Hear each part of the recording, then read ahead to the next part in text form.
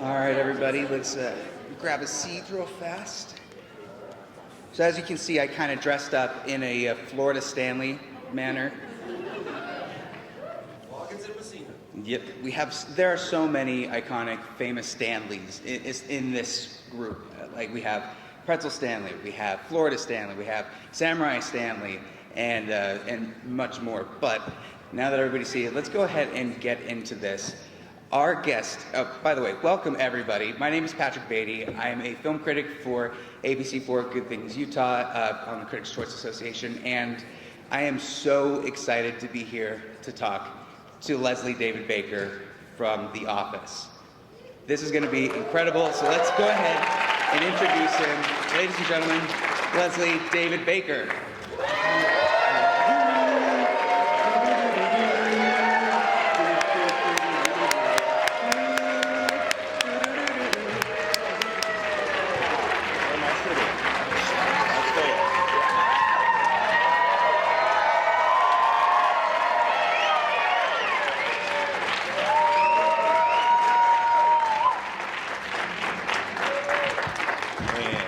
Happy Saturday to everybody. How are you? You're looking well.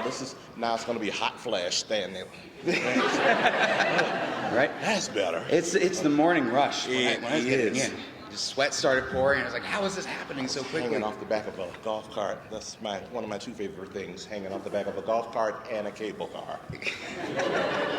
Leslie, you're my hero. This is you. so cool. Thank you so much for allowing me to be able to talk with you and for everybody here to celebrate The Office. And thank you for getting up this early in the morning on a Saturday when you could be doing stuff at home. You don't want to do that anyway. Don't do chores at home. They're overrated. Well, I figure we get started just by giving people a little bit of background about you, because acting wasn't your first venture that you were in. In fact, you have 2 degrees, and I'll let you go from there. Okay, I've got a bachelor's in applied psychology from Loyola University of Chicago and a master's of science in human services administration from Spertus College of Judaica in Chicago. Let's see, got out of undergrad, worked at 3 psychiatric hospitals, decided I wanted to go to med school, went there, stayed a hot minute and said, and then came back, started substitute teaching for the Board of Ed, started doing extra work in movies and commercials, finished my master's up, went to work for the City of Chicago for the Office of Cable Communications. Then I switched over to the Office of AIDS Prevention, Programming and Policy during the AIDS pandemic. It's my second pandemic, and yours too. Hopefully you don't have any more. Then after I left the City of Chicago, I moved to LA and started acting full time. So never had to live in my car, thank God, or wait on tables because I don't have the temperament for it. People would get poisoned, and never get their toast, and probably would, pee in their coffee. So no, So there you go. Well, you started with commercial work while you were getting your master's degree too, right? I was doing commercial work and extra work. During the time that was in the 80s, we had a lot of film production that was starting to happen in Chicago, and I was doing that in theater, and started out as a hobby, the hobby that pays money, and it kept going and going and going, and before I knew it, I was living in Hollywood. I was there for 1 month, and I booked my first job on a TV show in LA. It was a TV show called Maggie. I played an ice cream truck salesman who found a porcupine in his garage and was benevolent enough to take it to the vet. The show didn't last long. There was a whole lot going on in this scene. But I booked that role after being in LA for 1 month, and then I was doing a bunch of commercials and all that, so. Well, that wasn't the only thing that you were booking. You're an extra in some pretty famous sitcoms other than just being the star of The Office. Malcolm in the Middle, That 70s Show, that was a principal role. Scrubs. That was a principal role. Yeah, all those are principal roles. Mm-hmm. And Judging Amy and Just Shoot Me and a whole bunch of other shows that some of you are too young to go like, what is that? Yeah, those were shows that were on, and got to work with some really great people. You know, like Tyne Daly, got to work with Cloris Leachman later on, and, you know, even after that with Idris Elba and just, you know, a bunch of folks. I'm Got some curious. Idris fans out there. Oh, yeah. I'm Idris Elba with 3,000 Years of Longing. Everybody see that this past year? No. Him as a genie, sweaty, perfect. Yeah, I know. Yeah, he has that effect on women and men. That's right. He was asking me, he said, I don't get it. I said, that's because you look at yourself every morning in the mirror and you're doing this. So, you know, but to other people, I said, you're kind of like Christmas morning. The only thing is you don't spin in a circle and snow on yourself. But he's an event. I wanted to ask with this kind of era being like the TikTok age of like fast fame and getting to different areas, what do you think has been impactful for you when you transitioned from education into acting, and how did having a master's degree and a bachelor's degree help you further on? The master's helped in terms of administration, because anytime you're dealing with contracts and budgets and all the things that you deal with in this industry, that definitely helped. Sometimes people will tell you that they're going to do one thing and they'll throw you a contract that says something completely different, and you know, the business law and all the accounting and finance, all of that comes into play. So education is definitely important. So then that way people don't hear about you years later being in trouble with the IRS and being shipped off to Pago to prison. So, do you have any memories that stand out to you while working on the or working in the Board of Education that kind of influenced what your work was as Stanley in the office? Because that's a lot of office work. Having worked in offices and in going to meetings and staff meetings and all of that, the characters on The Office, I found later on that those same personality types I had seen everywhere I had ever worked. And you will see them too if you haven't already. For those of you who are younger and your parents haven't prepared you for that, that's what you're going to see the rest of your life. You're going to see all of those characters, and sometime you're going to go like, why is that person holding the keys to the supply cabinet hostage? They're crazy. They're doing an Angela. You know, why are they acting so anal retentive and kind of erratic? That's a Dwight. You know, why is the person sitting over there like they don't want to even be there? Oh, that's a Stanley. And then some days you might look and go like, oh my God, I'm a Stanley. I don't really want to be here in this meeting. So I'm sitting here in the meeting going and doodling and paying, you know, it's like this part of my brain is here, the rest of it is in Hawaii. So it happens. Wasn't that the great thing about Stanley Hudson, is that he's kind of a curmudgeon when it comes to office workmanship and being friends with people. He wants to get the job done, go home, have a red wine, sit in the bathtub, and enjoy the evening. And don't we all? Exactly. He's so relatable still. And I think that's why people love your character so much. Mm-hmm. Kindergarten and, you know, grade school would have been so much nicer if I could have gone home and had a glass of wine and gotten in the back. I went to Catholic school, so you know I had a reason to drink. So, yeah. Well, I wanted to talk to you about a few fan theories that I've been looking into on the Reddit sphere and just on Google. I don't know, you've probably heard these, but Theories. Go ahead. I'd like to know your takes on these. Okay. So, first one is, there's a theory going around that The Office, Parks and Recreation, and Dexter are all in the same universe. Well, possibly because they still don't know who the Scranton Strangler is, and so, you know, in that sense, yeah, there probably is a little, you know, crossover there. Parks and Rec and The Office were created by, you know, the same people, Mike Shore, Greg Daniels, and they abandoned us and went and did that other show. Yes, but no, we were fully supportive of them going to go do the new show. And we were at the premiere party of Parks and Rec, and we all know each other, so it's, you know. You brought a new layer to this, because what we found out is that in each show, there is a Sabre printer in one of the shots. I don't know which episode for each thing, but check them out, and that will be the connective tissue. You just added a whole new dimension that I didn't think about. Kathy Bates and Sabre, yes. This one's a pretty common one. Toby had talked about The Office needing to get radon test kits because eventually they would pay for it. And the theory is that The Office was suffering from radon poisoning. We were in Scranton. That's all I can say. It's possible. This one's specifically for you. Stanley did not survive the heart attack during stress relief, which is, by the way, one of my favorite episodes of the entire series. And that the office that he's in after the episode is purgatory for him.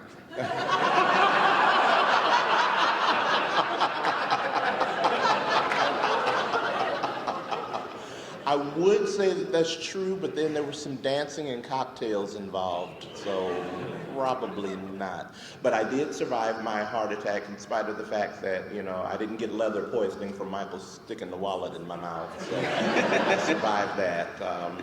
That was a fun shoot. That was a fun shoot. Who were some of your favorite people to work alongside as far as like your acting partners? And what were some that you wish they had more scenes with you? I didn't get to have a bunch of scenes with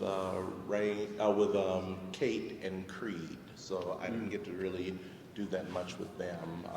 Ellie Kemper and I didn't really get to do anything substantial. You know, I did get, you know, of course, plenty of time with, you know, Dwight when he was harpooning me with darts and sliding me downstairs and rolling me across the parking lot, which if anybody ever offers to roll you in bubble wrap across a level surface, let them, it's very comfortable. I napped during that part. The sliding down the stairs, they had a dummy, you know, that supposedly was looking like me. It looked like a creepy dead person. So they asked me if I wanted it, and I said, I don't want a creepy dead looking dummy in my house. It doesn't go with the decor. But, yeah, so that's, yeah, fun times. How do you think Stanley would have handled the pandemic? Definitely would have been consuming more cocktails.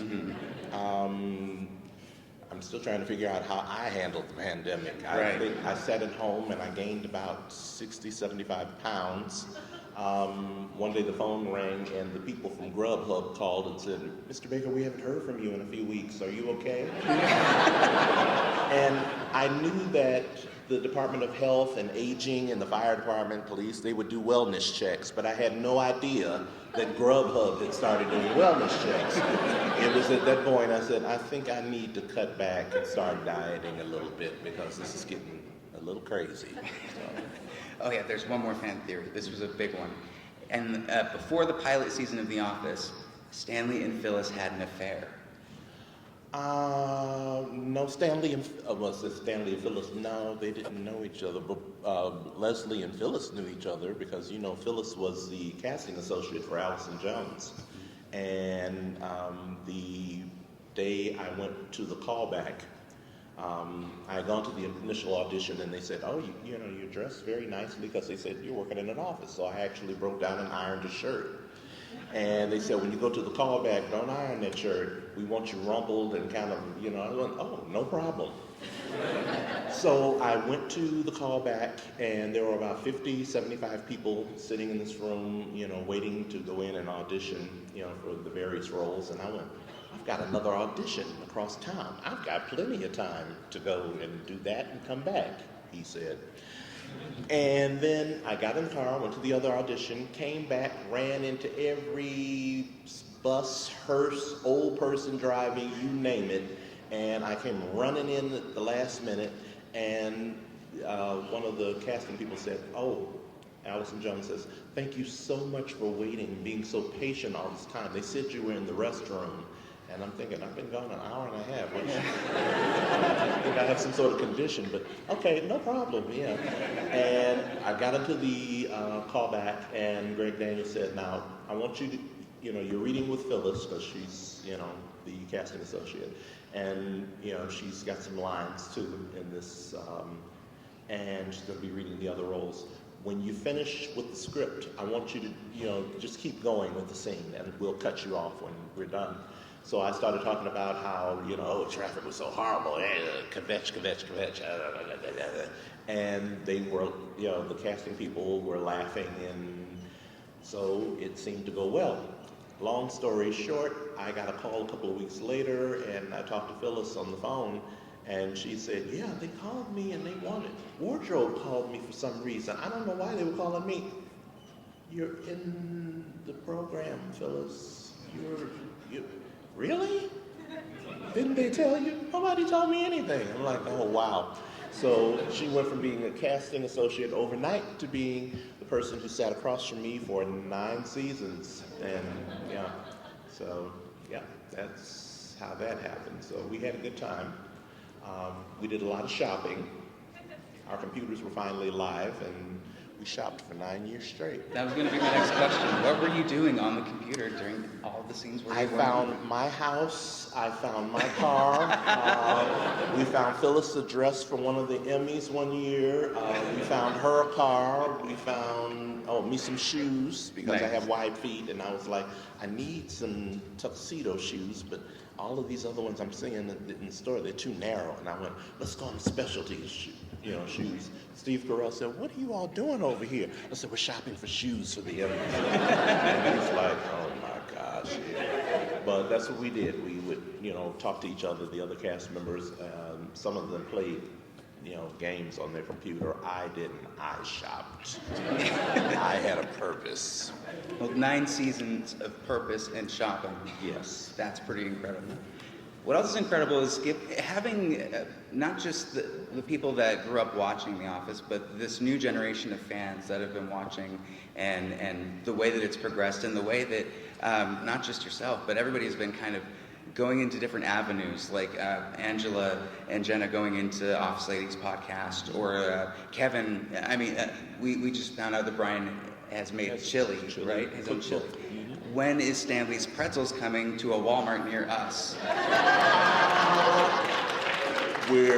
I'm in the process actually of working with a baker, not a baker as in a baker relative, but a baker who does it professionally.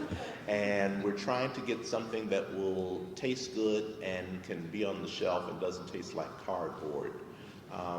You might not know it, I like my pretzels with caramel and chocolate and pecans and all that good stuff on it. And there's some people who like them plain. You can have that if you want it. But, so I'm in the process of working with someone to try to develop that. So, we'll see what happens. I hope to see that on the shelves, and then I hope a Shark Tank episode where you get to come and have one of the sharks invest in it too. Oh my gosh, from the there. sharks. Oh, Do you have a name for it yet? I have not gotten that far yet. Maybe somebody out here will have an idea when they come for a up. pretzel. So we'll see what happens. But has it felt different between the different generations of fans and how they approach you and how they interact with you? Absolutely. As you know by now that people relate to the show whether they're 9 or 90 because those personality types, you'll see them in kindergarten, high school, at your church, your community center, on your job. If you work in an office, if you work in a factory, you're going to see those personality types. Some people get it, some people don't. In terms of, the pandemic exposed a lot of people to the show who didn't, get a chance to see it before. And it's something you could sit down and watch with your family. Could you make a show identical to that in this day and age with this political climate and all that? He's shaking his head like, absolutely not. No, you probably could not. People would probably object and have a fit, and things like, Diversity Day, somebody would, of course, be offended. I had somebody come up to me once and say, you said, did I stutter? You're making fun of deaf people. And I'm like, you are stretching really, really far with that. No, did I stutter means, didn't you hear what I said the first time? Okay, well, go sit down. That's what that means. It has nothing to do with deaf people. So, find another crusade, Let's start having people line up for questions while we do. I've got a Did I Stutter story actually that happened just 2 days ago. I was talking to my mom actually, And I was telling her, hey, I'm getting to interview Stanley from The Office. Like, this is incredible. She's like, oh, really? She has been an Office fan in the sense that she's had to listen to us watch it our entire lives, right? From behind the car and our portable DVD players, everything, right? So she didn't know all of the catchphrases. So she said, so who's Stanley? So I went, did I stutter? And I did the thing as well as I could. And she went, no, you didn't. I don't know why you're talking to me like that. That's so... She's like, oh, no. disrespectful and rude to me. I was trying to apologize through my laughing and tears because I just could not believe that. But you just tell her, here, watch the program. Right, send the clip. But the pandemic has allowed a whole new audience to watch the show, and a lot of the college students who were told, be on campus in your room with your laptop, but you can't go to class, and don't interact with the other students because we're in a pandemic. And they're sitting there like, what the hell am I in college for? That's why you go away to college, so that you can go and meet. All right. Yes. Yeah, give your name. Good morning, my name is Kelly, and I work in a high school office, and there is nothing in that show I relate more to than Pretzel Day. Make it Taco Day. See? Yes, I'm wondering what in your life is as exciting as Pretzel Day for you personally? What is as exciting in my life? When the agent calls and tells me I've got a commercial. Those are fun. Thank Good you. morning. Good morning. My name is Andrew. Hi. I have a bunch of obstacles, so I'm going to ask a different question. Me and my wife want to know the story behind the song "To Be Simple," how that came to be. That came about. I was sitting around the pool one day with my assistant, and he was of course younger, in his 20s at the time, and he was telling me all about his life as a 20-year-old can tell you. And I'm sitting there trying to be older and wiser, and I said something to the effect of that you want life to be simple and you want things to be free, and he is a musician, and he was like, that would make a great song. And I'm like, yeah, okay, let's write it up. And he says, and so he wrote something up and all that, and then he said, okay, I wrote it, now let's go in the studio and record it. And you kind of go like, young people, you want me to do something, don't you? I'm just gonna sit here and just relax. All right, so we went in, we recorded it. Okay, thought that was the end of it. You know what, it would make a great music video. Oh, young person.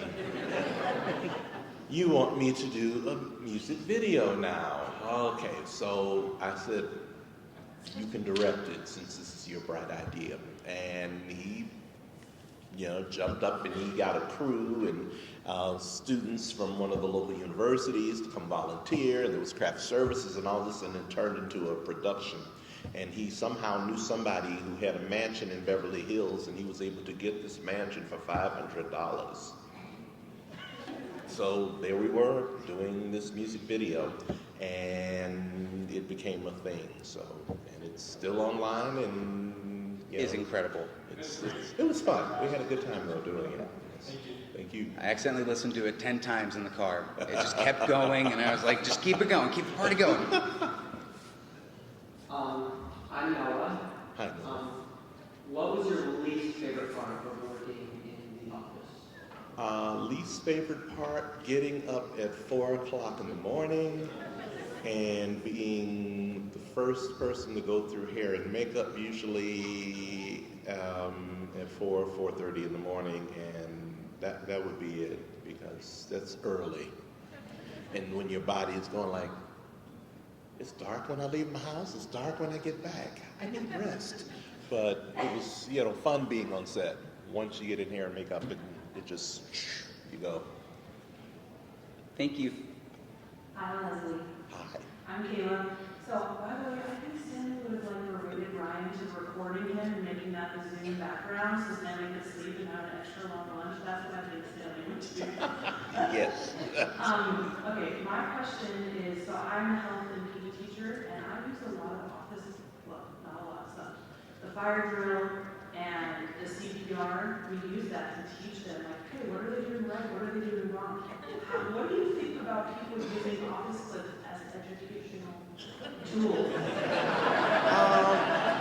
I absolutely agree with it. We've been used by McDonald's, People's Gas and Company in Chicago, several other, companies use us for their diversity training, the health, staying alive. It actually works. It saved lives. The count is perfect and it syncs up. So if you can use humor to educate people, it's going to, we've all been in school where if somebody was humorous, your favorite teacher had a certain humor that made you pay attention, and then there was the person who was talking in a monotone, and you would sit there going, I'm falling asleep, my God, what's happening? So you need that humor to educate, to make it stick in your head. So. They do typically relate the most to Kevin breaking the snack sheet when they're all like, oh me, that's so me. Thank you. Thank you. Hi, I'm Allison. How are you? Great, how are you doing? I'm good.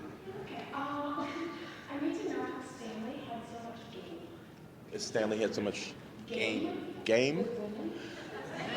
Well, He did. that was written into the script, but in real life, he was on his second wife, and he had a girlfriend who had a bunch of dogs, and then he flirted with some women in a bar a couple of times. So he was a busy kind of guy sometimes, but, gave him something to live for. But in real life, what I would do in high school was whenever I would go to a football game, I would bring a blanket and sit on the blanket to heat up the blanket. And then when the girls from the all-girls school would come, then you'd wait until it would get good and cold because they'd have on little coats and jackets that were not warm enough. And then when they were sitting near you and then you see that they were cold, then you whip out the blanket. And then people are always so grateful to sit under the blanket, and then you go like, oh, it's not enough blanket. Well, if you sit here and you sit here, then there's enough blanket for all. So I don't know about game, but it worked then. Art imitates life. He's sitting there going like, I'm gonna try this. You're living in Utah, it gets cold, it'll work. A few people started typing in their notes app. I saw it. Yes. Hi, I'm Rob. My wife and I are huge fans, and we listened to the Office Leagues podcast, and I was talking about who wrote what episode, and I just wanted to know who was your favorite writer for your character? My favorite writers probably would be Mindy Kaling and BJ. They would, write for my character quite well, quite effectively. When I would get to yell at BJ, but that was my rant. Mindy said, I don't know exactly how it would go, just we're gonna roll the camera and just let you play with some stuff. And I went, okay. And that's how the rant with BJ came into being. So the two of them know. Thank you. All right. Hi, my name is Vince, and I was wondering what it's like to know that someone in the world is watching you on their phone or TV, at any given moment. It feels really good. It really does. I think during the height of the pandemic, I counted one day, and the show was on 53 times in one day. And now we average, I think, one day I counted, it was 14 times. So the show is literally on every single day, 7 days a week, and it's taken on a life of its own. I think partially, because people have been at home more for the past 2 years than they ever have in the history of, mankind. And people were clamoring for something that would make them laugh and that they could relate to. I appreciate the fact that what we do has value. I've had people come up to me and say, I was having, surgery, or I had cancer, I was throwing up in a bucket during chemo, and the family was sitting around worried, but then when The Office came on, then it helped, us get through that period.